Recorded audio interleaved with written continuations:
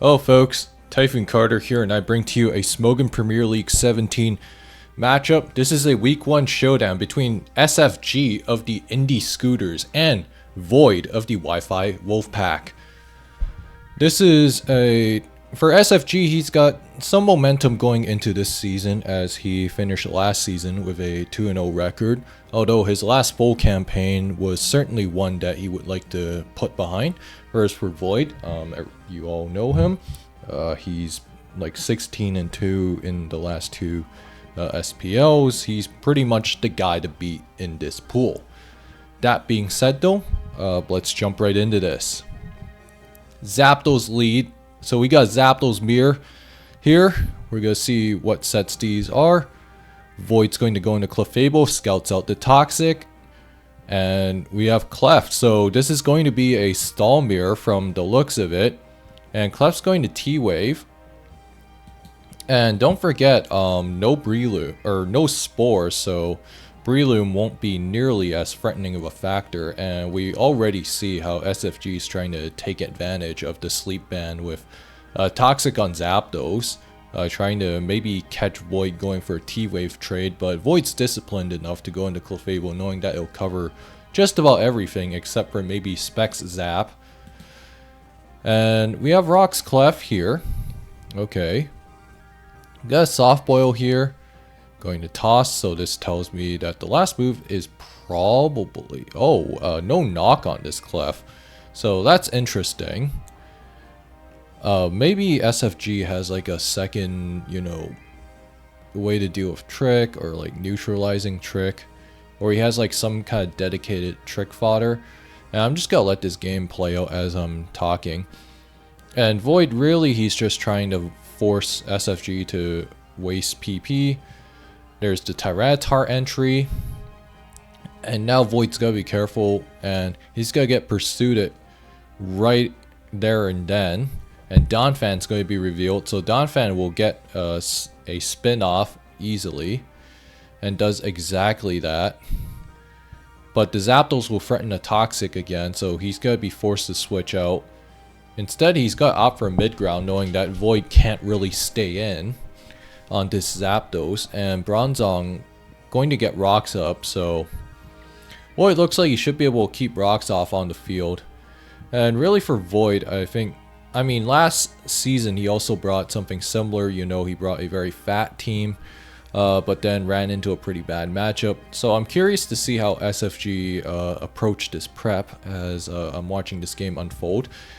Milo's just gonna surf, just gonna wear this Jirachi down.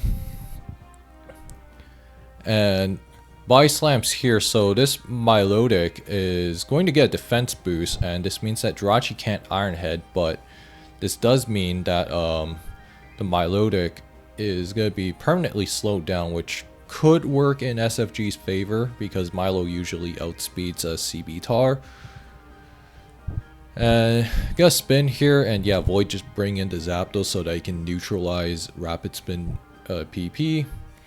And he's got a sub zap, but it looks like he's just gonna force the Clefable to try and waste Soft Boil, so that's Void's long-term game plan. And I think this matchup's going to boil down to how both of these players manage their Clefable, because again, Clefable is really doing a lot of the heavy lifting here, holding these teams together. And the other thing, as you're watching this, that I would pay attention to is probably how, both players are handling those rapid spin turns. And for SFG's case, how, what entry points he can do to get his Tyranitar in, because I think his T-Tar is going to be a huge threat, even with the Marvel Scale boosted Milotic. And Donphan really has taken off in terms of usage. Last SPL and also an invitational, as I still have those videos being uploaded at the time I'm recording this. And discharges again, and again going into this matchup, Void was very much the undisputed favorite going into this, so for SFG there's a lot at stake, but Void in week 1 seems to generally be where he's at his most vulnerable in terms of team choice. And I think like you see like so far like in these week 1 games, if you've watched the other games, I won't spoil them, then you'll really see how everybody's really just kind of sticking to structures that they know work. Because they're really experimenting, and Milo's going to miss the Toxic there, which is going to be a little bit annoying. Starmie will get the rapid spin off on Zapdos, and Toxic Milo, the last move is either something like Ice Beam, or it's probably something like Haze or Dragon Breath. There's a couple options that Milotic can run for a last move, and Latias is Void's final poke on this team. So Void's is full hand revealed, and my only issue with that's actually a really bad full para to eat. But he is going to narrowly avoid it for now. However, the issue now is that Void's going to have to avoid subsequent full paras. And for now, Void is safe. Let's just see how we're doing PP wise. 22 Seismic Tosses left. That's a little bit annoying for Void because that's a lot you gotta hold out on. And recovers there. I think that was if he was gonna throw a Toxic out, I think that was the turn to do it. And Discharge is here, but Donphan can't stay in because of Toxic.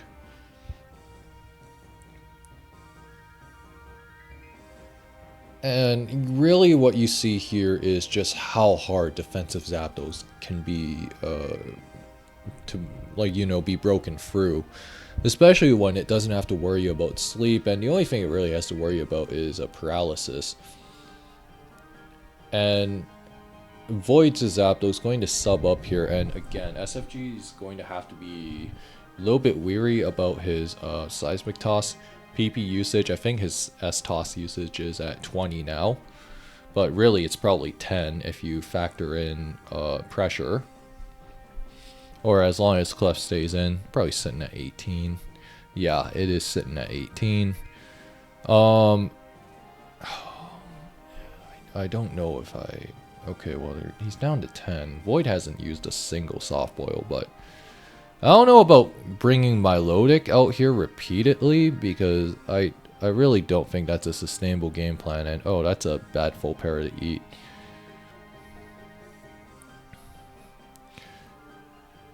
And Donphan's going to come in on this Discharge again, and all it takes is one Toxic, and he is out of commission. Going to spin there, and that's a really rough trade. However, that said though, that was extremely good discipline by SFG, waiting for the Donphan to really try and spin on it before getting the hidden power off, and that Clef is gonna go down. And yeah, Void just can't put himself in a bad position early on, eating that pursuit early, and that was just a good play from SFG. And Void's team, my main criticism of Void's squad is that, where's the win condition? And okay, yeah, you get the Toxic off, but that's not helping you long term. And Latias, okay, gotta get Toxic there again. There's nothing Void can do at this point. And this game is, I think now, at around like 60 turns into the game, this game hinges more on SFG choking, which I don't really see a world where he could choke this game away. Now, if the Latias has Ice Beam and then say, strings together a couple Ice Beam freezes, crits, then that's one way I suppose Void can win. He's gotta get T-Wave, so yeah, this game is pretty much over at this point. And yeah, he can sub all he wants, but again, you're always going to be slower in the Tyranitar. You're always going to be... that is one thing SFG's got to be careful of, is just like getting Toxic on the switch by Zapdos on Void's end. So